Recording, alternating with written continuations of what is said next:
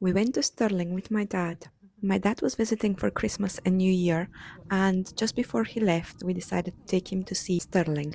We went to the Wallace Monument and Stirling Castle. I've been in Scotland for just over 10 years, and this was the first time I've ever been to Stirling like this. There is a shuttle bus to take you from the bottom of the monument all the way up to the top.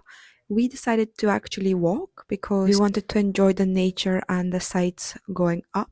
The walk was quite pleasant. It was up a hill, but it was manageable, even carrying a baby. Once we got up to the top, the view was absolutely breathtaking. You could see the whole of Stirling, and that was before you actually went all the way up to the tower. Inside, the tower was split into three different levels. Every level you get to via spiral staircase, which is quite narrow.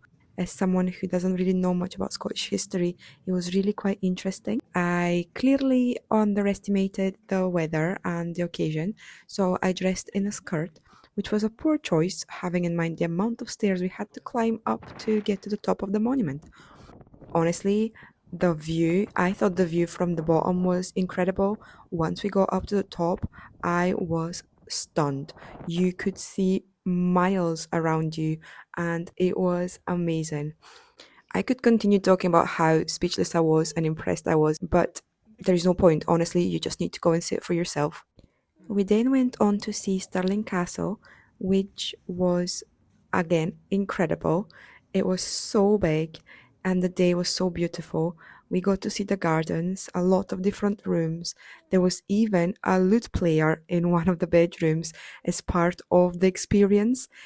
Stirling Castle is absolutely a destination to visit if you're coming to Scotland. It genuinely has everything: history, art, and nature. Once we finished walking around in the castle, we headed to the cafe for a little break and then we headed home. It was a great first trip to Stirling and a lovely family time.